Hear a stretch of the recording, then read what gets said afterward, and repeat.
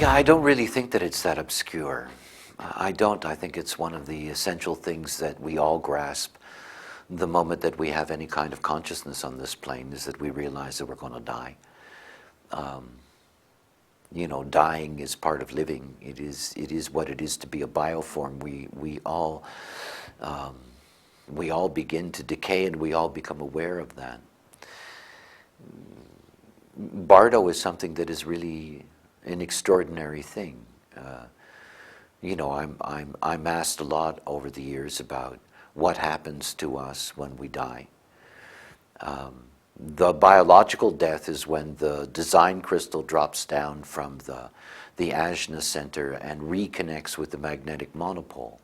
They started the process together in the cell that would expand and become a life, and they leave together. They return to the core of the earth. They return to the design crystal bundle.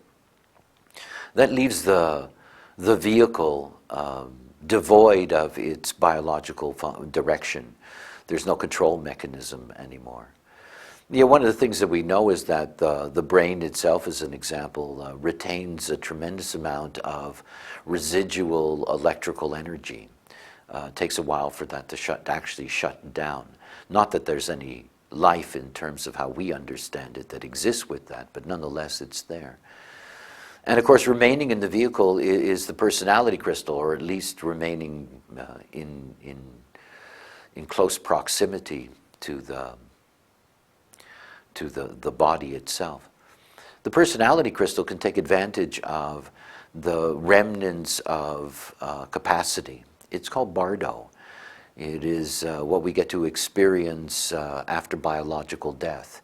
And the experience after biological death is something that has been documented throughout history. The various books of the dead, the Tibetan, the Egyptian, they carry with them underlying themes that have been repeated over and over again.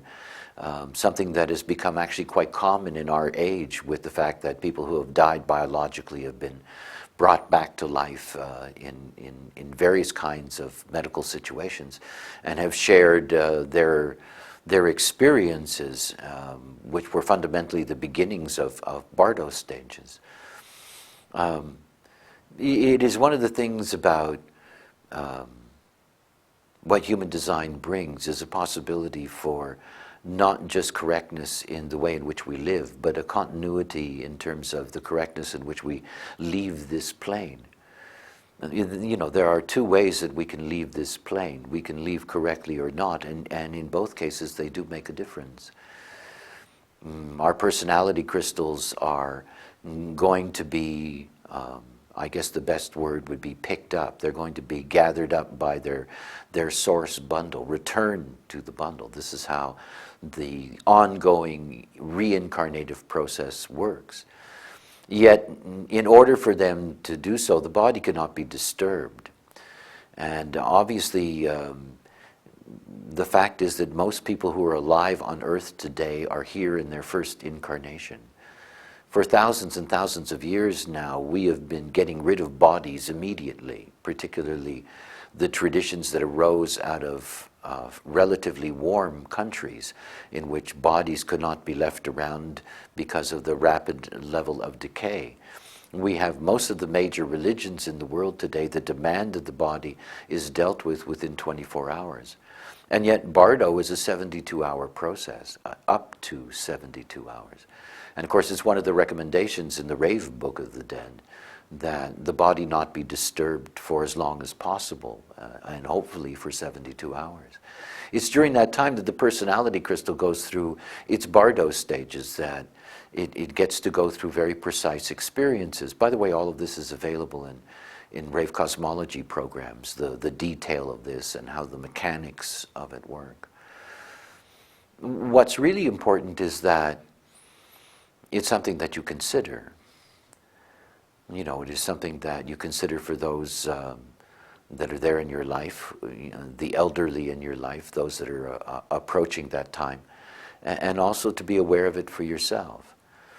If the body is disturbed, if the body is cremated or buried within 24 hours, the personality crystal will not get back to its source.